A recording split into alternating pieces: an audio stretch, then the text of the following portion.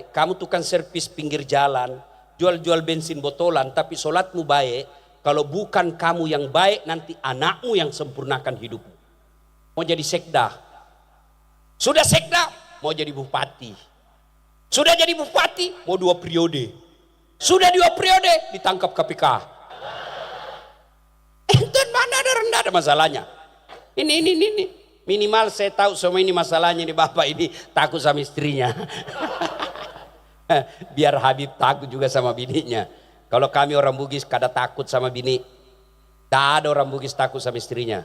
Cuma istrinya lebih berani. Ayo, nah Nabi ada masalahnya, kita ada masalah. Berarti yang jadi masalah bukan masalah. Yang jadi masalah bagaimana cara mengatasi masalah. Mengatasi masalah tanpa masalah. Oh pegadaian, tidak ada yang sebut-sebut pegadaian di sini bu.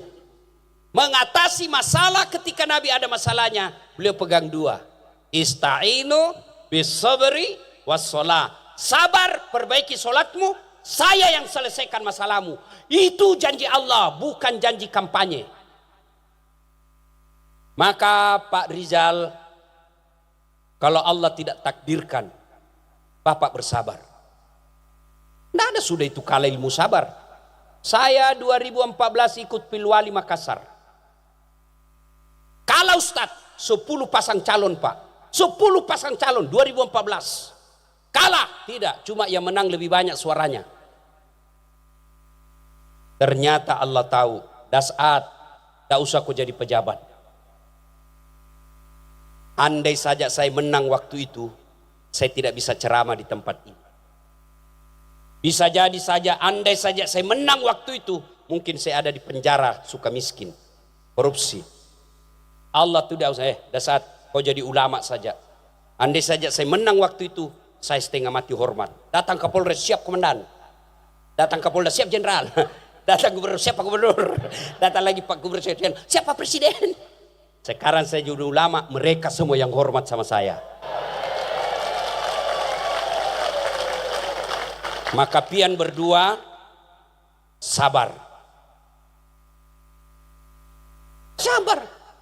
Tak ada kalah, jangan terlalu percaya sama tim sukses.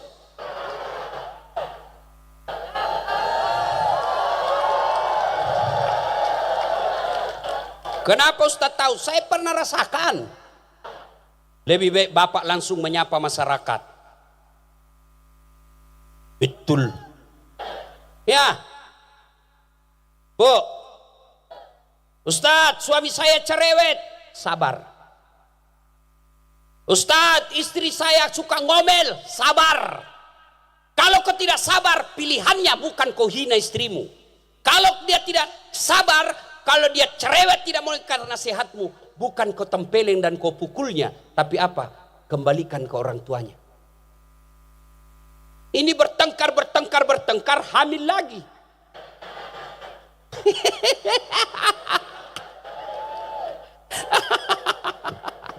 Ya. Semua kita punya masalah, maka ilmunya sabar.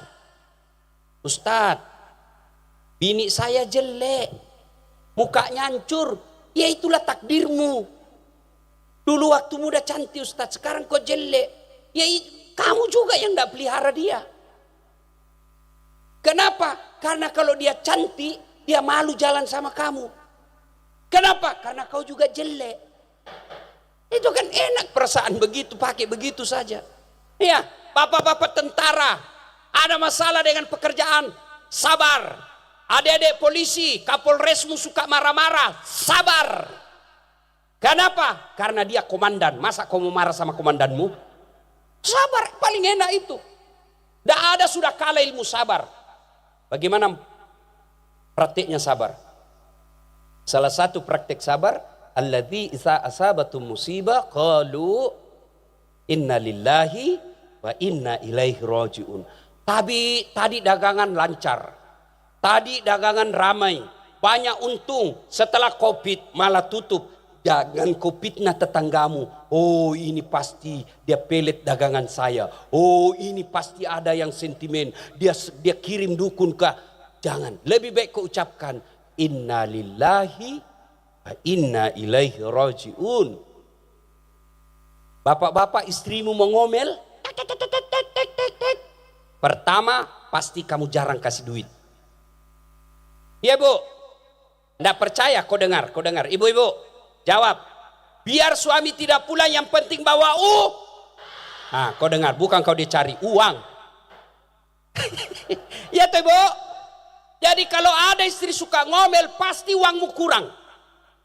Tapi juga ibu jangan selalu ngomel. Bu, saya di Makassar ada yang tanya, Ustadz, kenapa suami saya itu tidak betah di rumah? Saya takut dia tersinggung. Ku ceritakanlah. Bu, ada orang suami istri, istrinya ngomel aja kerjanya. Ada uang tidak ada uang, ngomel aja kerjanya. Suatu ketika suaminya dapat uang, dibelikanlah emas istrinya. Senang istrinya, kata suaminya, Dek, kita pergi lihat ziarah deh, sumur tua di kampungnya. Sumur tua itu usianya bu 400 tahun. Sampailah dia, senang istrinya dikasih emas. Sampailah di situ sumur tua. Dia bilang suaminya, Dek, kau lihat dulu itu sumur, ada ndak airnya? Ada bang, dangkal. Maksudnya sedikit bang, airnya paling sampai di lutut. Dalam hati suaminya berarti aman. Coba kau lihat, dia dekat dengan bibir sumur, dia dorong istrinya masuk. Duh, jatuh masuk ke sumur. Kata suaminya, ngomel aja kau di situ, ndak ku dengar juga, ngomel kau. Suaminya di atas nyanyi-nyanyi. Tiba-tiba 1 jam kemudian, tiba-tiba dari dalam sumur ada makhluk tinggi hitam besar keluar dari dalam sumur. Kaget suami, hei siapa kamu? Saya jin penunggu sumur ini. Saya sudah 400 tahun di dalam sini tenang-tenang. Ada perempuan di dalam, ngomel aja kerjanya. Sejam ini sudah ngomel aja kerjanya. Lebih baik saya lari. Kata suaminya, kau baru 1 jam, saya 24 jam sama dia. Ibu, sudah paham pian ibu? Paham? Paham? Jadi kalau suami kada betah di rumah, pasti suka ngomel. Dan kalau istrimu suka ngomel, pasti kamu jarang belikan perhiasan. Jadi lebih baik ilmu kita pakai sabar. 2, menurut Quran, ada masalah, Rasulullah memakainya dengan cara apa? Meningkatkan kualitas sholat. Ibu-ibu, adik-adik, itu coba kau lihat, itu namanya Kapolres Dandim. Itu beliau itu punya ajudan. Coba kalau beliau panggil ajudan, biar itu ajudannya lagi duduk makan kacang, dia langsung lompat. Kalau perlu itu belum dia kunyah, dia telan bulat-bulat. Siap komandan. Lari kalau perlu, biar di dalam toilet, dia siap komandan, perintah. Padahal itu Kapolres Dandim ada masa jabatannya, pasti mutasi. Tapi begitu takutnya kalian kepada komandanmu. Lalu kenapa ketika Allah panggil kalian, hayya 'alas shalah, Pak polisi, Pak tentara, sini kamu, saya kasih kau, sini. Apa jawaban kita? Tunggu. Tuhannya disuruh menunggu. Komandanmu aja kau tidak berani bilang tunggu. Hebatnya lagi, dari subuh dipanggil dia bilang tunggu, sampai Isya kada datang. Panggil lagi, hayya 'alal falah. Ibu bapak tahu tidak artinya hayya 'alal falah? Hayya 'alal falah itu artinya, kalau di Indonesia kan secara bebas, sini kamu, saya kasih kamu apa yang kamu mau. Itu hayya 'alal falah. Mari menuju kemenangan. Artinya, sini saya kasih menang kamu. Maka sholat. Ibu-ibu kalau ada masalah dalam rumahmu, pasti kamu malas sholat. Adik-adik tentara, para polisi, kalau hidupmu susah, pasti sholatmu tidak beres. Adik-adik remaja, kalau hidupmu tidak jelas masa depanmu, pasti kau tidak sholat. Jelas? Saya sholat Ustaz. Betul kau sholat tapi main-main. Betul kau sholat tapi tidak ikhlas. Hayya 'alas shalah, asar lagi. Barusan kita sholat duhur, kau tidak ikhlas. Saya sholat Ustaz. Betul kau sholat tapi main-main. Mulai takbir dia sudah main-main. Allahu Akbar. Bismillah. Kira berdoa. ihdinas siratal alaihim ghairil. Kau ketawa karena kau begitu semua. Sholat betul-betul. Siapa yang ngajar kamu sholat seperti itu? Sholat kayaknya ndak serius ketemu Allah. Mau ketemu saja sama bupati kita pakai parfum, pakai baju baru, datang awal waktu. Kita ketemu Allah rasanya main-main baju. Allah.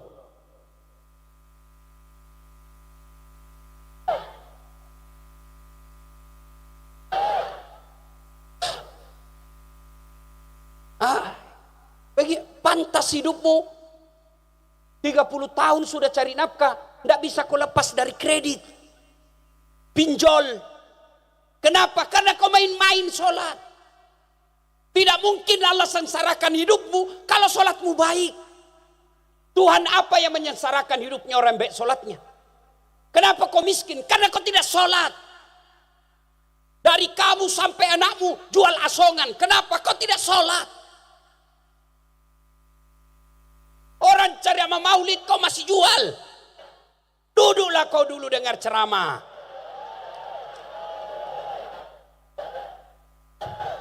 Ya kalau kau dapat untung 1 juta, dengar ceramah, mudah-mudahan itu membuat kau cinta kepada Nabi. Allah lapangkan rezekimu. Jual asongan bisa besok. Dengar ceramah sekali-sekali, belum tentu saya bisa datang 2 tahun yang akan datang. Ya. Sholat ibu-ibu paling banyak ndak sholat gara-gara jilbab. Pergi pengantin gara-gara jilbab, ndak mau sholat. Jilbab sakaratil maut. Tahu jilbab sakaratil maut? Itu kalau saya pergi ceramah di Malaysia, ibu-ibu jilbabnya cuma pakai segitiga, kasih peniti, selesai. Di Brunei juga begitu, tapi begitu kita masuk Indonesia, jilbabnya ada kainnya dulu itu 2 meter, dia ikat di lehernya. Dia kasih peniti. Ya, sudah susah dia balik dia begini dia nih.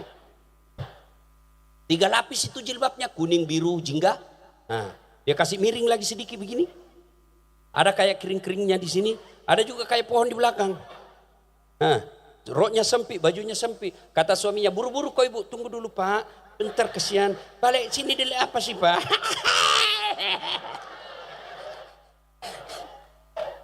Tiba waktu sholat, hayalah sholat. Oh, saya sudah jualkan kau sawah, kau pergi sholat. Saya pergi jual sawah supaya kau haji. Masa sudah haji kada sholat bu? Apa kata ibunya? Kau sadar pak, saya sadar ini saya suruh kau sholat. Kau ndak lihat ini jilbabku? Repot betul dipakai pak. Besok lagi kita bilang sholat. Pantas, ndak bisa bahagia rumah tanggamu meskipun duitmu banyak. Tuan-tuan, kalau sholat baik-baik, kamu tukang servis pinggir jalan, jual-jual bensin botolan, tapi sholatmu baik, kalau bukan kamu yang baik, nanti anakmu yang sempurnakan hidupmu. Saya bukan mau takabur dan sombong pamer-pamer. Ibu saya dulu bantu-bantu orang kalau pengantin cuci-cuci piring. Bajunya dijual, kainnya dijual untuk anaknya sekolah. Kalau ada keluarga pengantin, tidak pernah dia di luar, bagian cuci piring dan masak di belakang. Saya lihat ibu saya berdoa, ya Allah panjangkan umurku, saya bisa bahagiakan ibuku. Ibu saya tidak kaya, Allah kasih saya rezeki, saya bangunkan masjid. Kira-kira masjid saya di Makassar itu bu saya paling mewah, bukan mewah, paling indah di Makassar. Saya kasih nama Siti Mang. Ibu saya jemput pakai heli, pergi lihat masjidmu. Bapak saya bikinkan masjid, meskipun bapak saya dulu miskin, tapi ajar sholat. Tidak mungkin Allah sengsarakan hidup orang baik sholat. Pian sabarataan, kalau mau baik hidupmu sholat. Bang Rijal besok-besok Allah takdirkan bapak jadi pemimpin. Kalau bapak mau cari pejabat, lihat dia punya sholat. Jangan cari penjilat. Ya pak. Siapa. Itu yang merusak itu pak. Lihat sholatnya. Ibu-ibu, kamu cari mantu, lihat sholatnya. Gimana caranya? Suruh datang sholat maghrib, suruh asan, suruh imam. Kalau bacaannya cuma kul-kul, evaluasi. Apa susahnya Allah kasih kamu dunia? Apa susahnya Allah kasih kita? Bapak minta sama saya belum tentu saya kasih. Kenapa? Saya juga butuh apa yang Bapak minta. Dan saat kasih HP-mu, tidak mungkin. Kenapa? Saya juga perlu HP. Dan saat kasih saya mobilmu, kada mungkin. Kenapa? Saya juga mau pakai mobil. Tapi minta sama Tuhan, apa yang kamu minta Allah tidak butuhkan. Allah cuma katakan kun, kun jadi. Dan syaratnya tidak susah banget. Sholat. Ada orang kasihan merantau dari Jawa, merantau dari Sulawesi, merantau dari Sumatera, datang ke kampung kita ini cari nafkah. Sayangnya dia tidak sholat. Ibu-ibu saya mau tanya, tolong jawab. Bu, kalau suamimu cerewet ada pilihan enggak? Ada. Pulangkan saja aku pada ibuku atau ayahku. Cerai kita bang. Bapak-bapak, istrimu malas, suka ngomel, enggak tahu atur keuangan. Ada pilihan? Ada, 2 pilihanmu, tambah atau ganti sekalian. Ayo, bapak-bapak polisi, komandanmu tidak baik, ada pilihan? Ada, tunggu sampai dia mutasi, selesai. Pegawai negeri, wali kota tidak senang sama kamu, gubernur tidak senang sama kamu, ada pilihan? Ada. Pensiun dini, selesai. Lewat depan kita, kentut aja, tidak ada urusan, bukan lagi pimpinan kita. Ayo, saudaraku bubuhan Banjar, pergi Sulawesi Selatan merantau, kada nyaman di sana, ada pilihan kada? Ada, bulik lagi pian. Orang Jawa datang merantau ke Kalimantan, di sini tidak nyaman, balik lagi ke Jawa, mangan orang mangan yang penting ngumpul. Iya toh? Tapi kalau masuk kubur, ada pilihan kada? Ada pilihanmu kalau kau masuk kubur? Kada nyaman, bulik dulu ah. Begitu kau bulik, viral satu dunia. Orang di kampung tidak ada lagi yang mau tinggal di kampung itu gara-gara kau. Dan salah satu sebab kau menderita di kubur, al-mutahawil bis sholah, menganggap enteng sholat. Saudara-saudaraku, kalau kalian cinta kepada Rasulullah, 2 ini pelihara. Ada masalahmu, terapkan ilmu sabar. 2, perbaiki sholat. Saya sudah sholat Ustaz, alhamdulillah. Sudah sholat, alhamdulillah. Jangan putus sampai di situ. Contoh Rasulullah tidak pernah sholat di rumah kecuali sholat sunnah. Sholat 5 waktu, beliau berjamaah di masjid. Alhamdulillah ini kampung Pak. Masya Allah. Saya lihat masjid umumnya penuh. Apalagi kalau subuh, penuh sampai di luar, tidak ada di dalam. Yang di dalam orang tua yang sudah muka-muka sakaratil maut. Anak muda tidak ada lagi ke masjid. Kenapa orang malas ke masjid? 1, karena dia tidak lihat pahalanya. Coba kalau Bang Rijal umumkan, siapa yang datang sholat berjamaah subuh, diberikan beras 5 kilo, minyak goreng 2 liter, telur 2 rak, jam setengah 4, jam setengah 5 sholat subuh, jam 7 malam sudah penuh.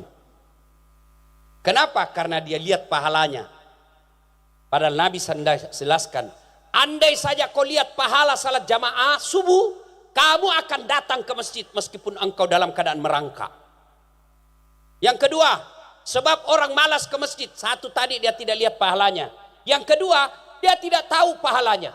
Apa pahala salat jamaah? Buka kitab Durratun Nasihin. 1, kalau kau wudhu dulu baru ke rumahmu, melangkah kaki kanan 1 pahala, melangkah kaki kiri gugur dosa kecilmu. Dari rumahmu ke masjid 200 meter, PP 400 meter, berapa langkah kau dapat? Kaki kanan 1 pahala, kaki kiri gugur dosa kecil. Apalagi kalau langkahmu begini. Iya dong, berapa langkah itu?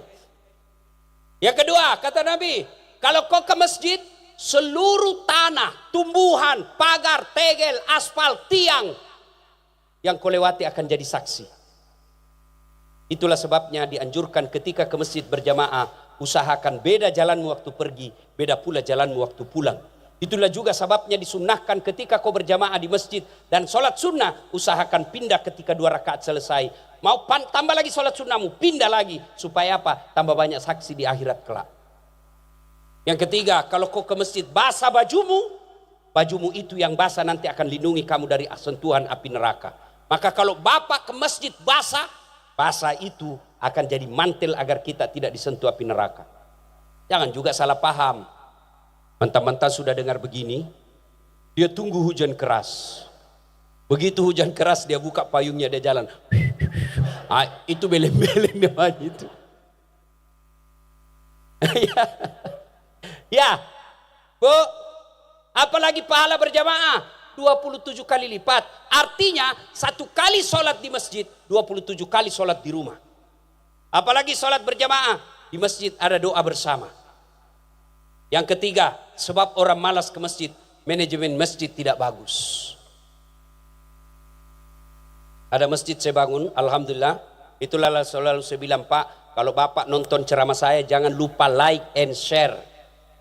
Kalau Bapak nonton itu YouTube saya ada iklan, jangan di skip. Nonton 1 iklan, Ibu Bapak kalau nonton iklannya itu Bapak membangun masjid. Alhamdulillah sudah 3 masjid kita bangun. Alhamdulillah sudah puluhan anak sekolah yatim piatu kita sekolahkan. Termasuk tadi saya singgah di Binuang makan, ada 2 di situ saya bilang, kamu daftar sekolah di mana kamu mau, saya sekolahkan kamu. Itu dari mana? Dari Bapak like and share. Nah, Bapak Ibu, masjid saya kelola bagus. Imamnya penghafal Quran 30 juz. Muadzinnya kita seleksi gaji seperti pegawai negeri. Penceramanya belum ceramah sudah dikasih honornya.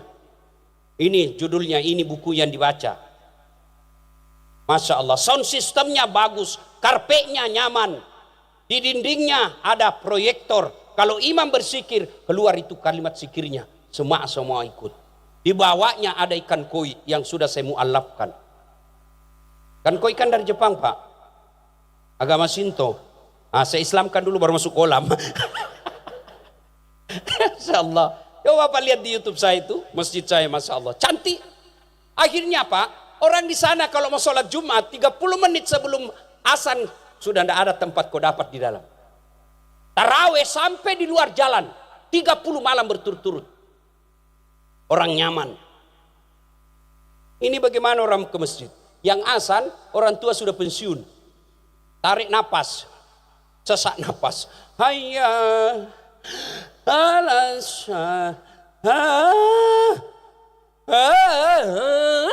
enggak jelas apa baca. Dia bilang anak murid, itu lagi yang ngasan bikin jengkel. Karpetnya Allah Karim sudah 7 kali lebaran tidak pernah diganti. Begitu kita mau sujud banyak semut, di mana didaratkan kepala ini. Sound systemnya begitu imam takbir Allahu Akbar langsung storing.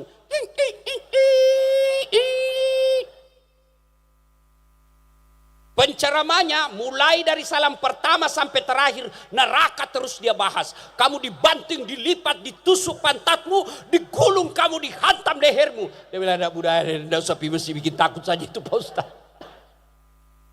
Allah. Apalagi Pak Imam, aduh Pak Imam saya tidak tahu ini banyak anak muda penghafal sekarang. Dia suka baca yang panjang-panjang dan tidak dihafal. Salah itu deh, maafkan saya kalau ada imam di sini. Yang disunnahkan Nabi baca yang umumnya orang hafal.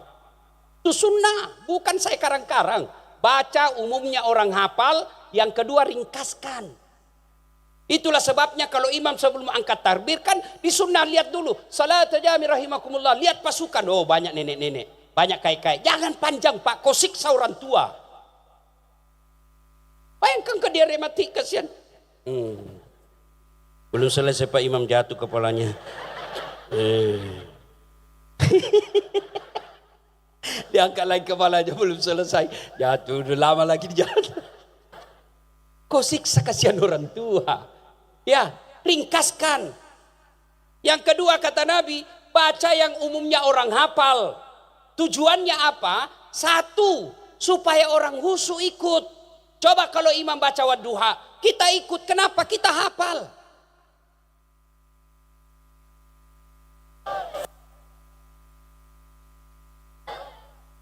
saya cuma lihat jam.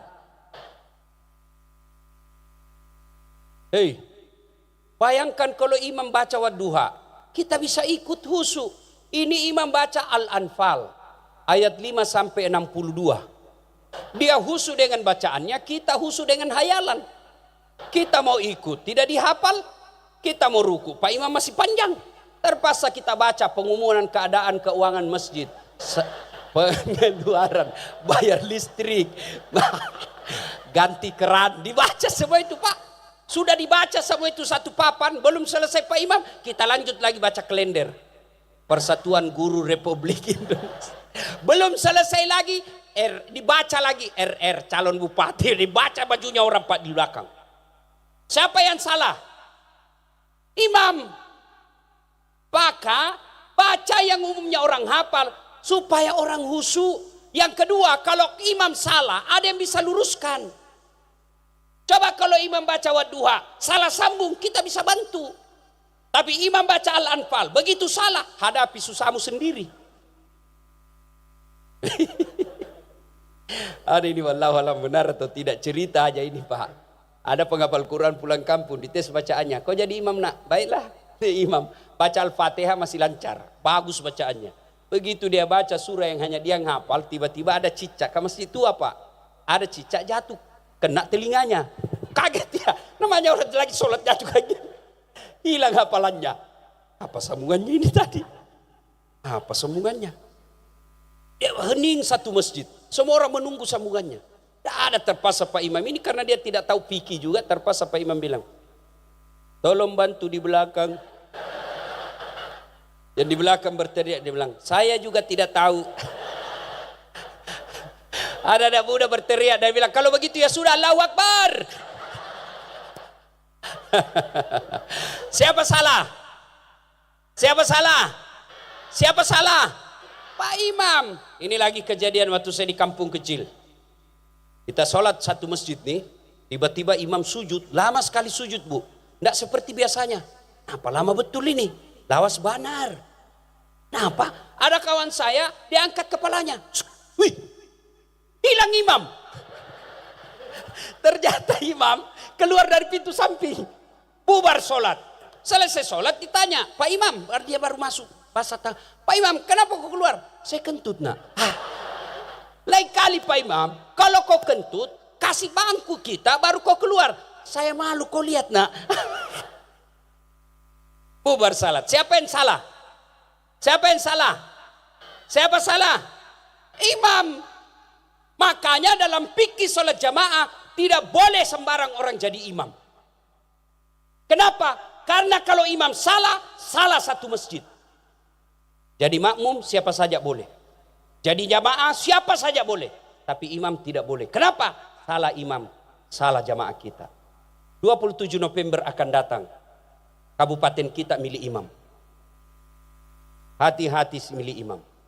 Jangan kau pilih hanya karena sekampung. Karena kau bukan memilih kepala kampung. Jangan kau pilih karena sesama suku. Karena kau bukan memilih kepala suku. Pilihlah yang kamu yakini bisa menyelamatkan kalian semua secara agama dan kemaslahatan umat. Bujur? Hui. Kalau jadi makmum siapa saja. Cuma kalau jadi makmum jangan juga kau merasa paling alim.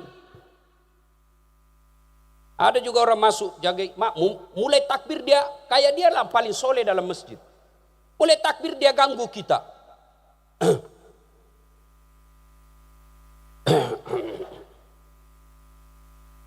Allah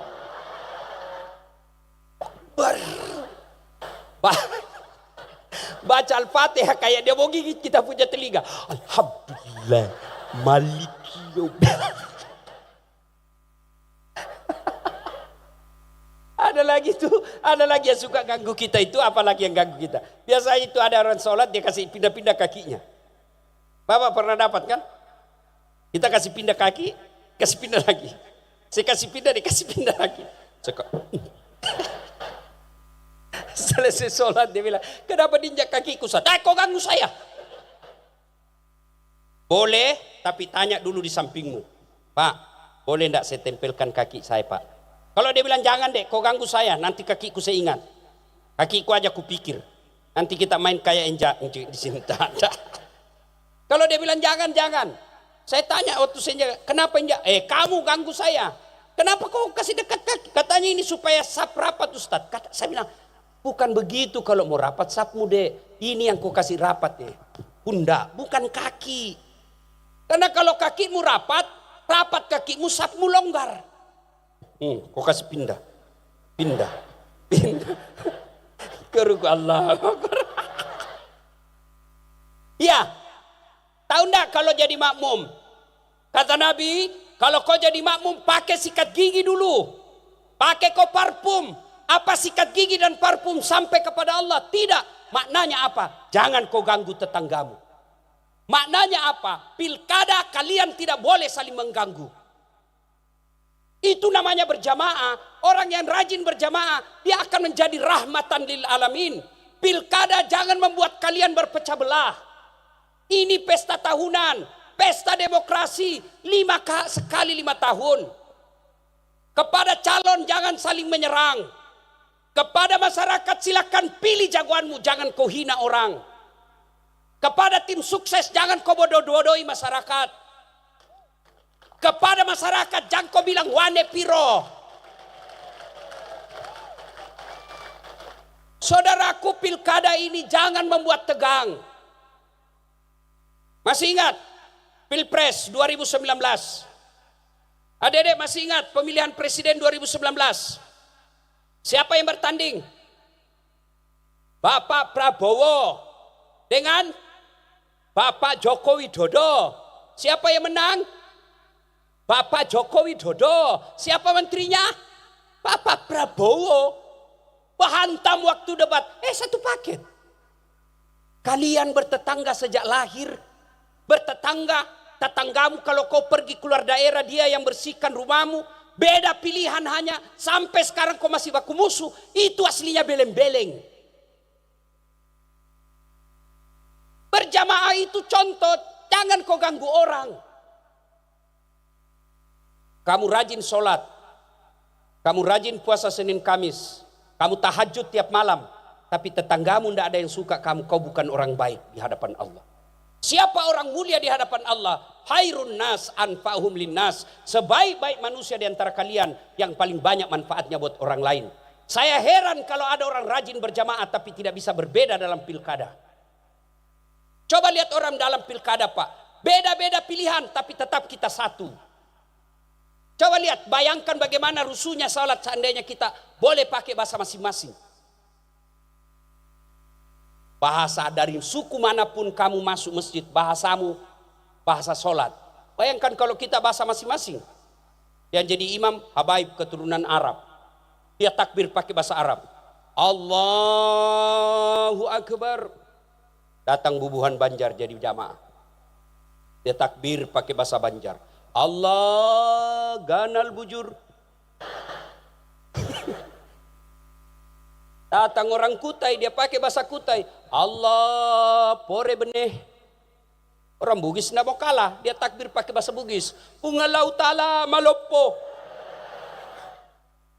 Weh, ada orang dari Jakarta, Pak. Dia takbir pakai bahasa gaul Jakarta. Allah gede banget gitu loh.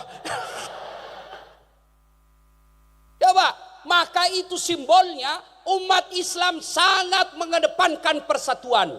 Bahkan aturan dalam agama kadangkala boleh dilawan, boleh tidak diikuti ketika untuk memelihara kemaslahatan. Dan kemaslahatan itu adalah memelihara ukhuwah. Wa'tasimu bihablillahi jami'a wa la tafarraqu. Innamal mu'minuna ikhwah. Umat Islam itu kata Allah bersaudara. Dan ditranslatekan oleh Nabi ketika Nabi bersabda, umatku itu seperti badan ini. Coba lihat badan kita, Pak. Tangan kanan gatal tanpa diundang kiri yang garuk. Tangan kiri yang gatal tanpa diundang kanan yang garuk. Gatal dua-duanya kerjasama. Iya kalau, hei, hei, kita nyanyi dulu. Satu kali kau sakiti hati ini masih, oh enggak hafal, sudah. Ada anak muda jalan-jalan pergi menyatakan cinta. Tiba-tiba di jalan tahan tuh kakinya. Kaki tahan tuh, seluruh tubuh ikut merasakan. Itu makna kata Nabi, seperti tubuh ini. Coba lihat, tahan tuh kakinya. Yang pertama bereaksi, mulut. Yang bereaksi berikutnya, mata mencari. Bereaksi berikutnya, tangan mengusap.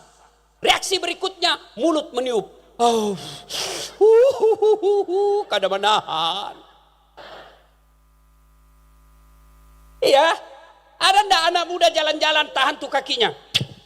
Jalan kamu, siapa suruh kau jalan? Jalan saja ke situ jalan. Tidak ada. Begitu mestinya kita di kabupaten ini. Boleh kita berbeda pilihan, boleh berbeda partai, boleh berbeda tim sukses, tapi satu tujuan, mengangkat harkat dan martabat kabupaten kita. Kepada penyelenggara, biasanya sepak bola rusuh kalau wasit tidak adil. Ya, maka sedulur-sedulur, panjenengan ngaseng, jangan berpecah belah. Wa'tasimu bihablillahi jami'an wa la tafarraqu.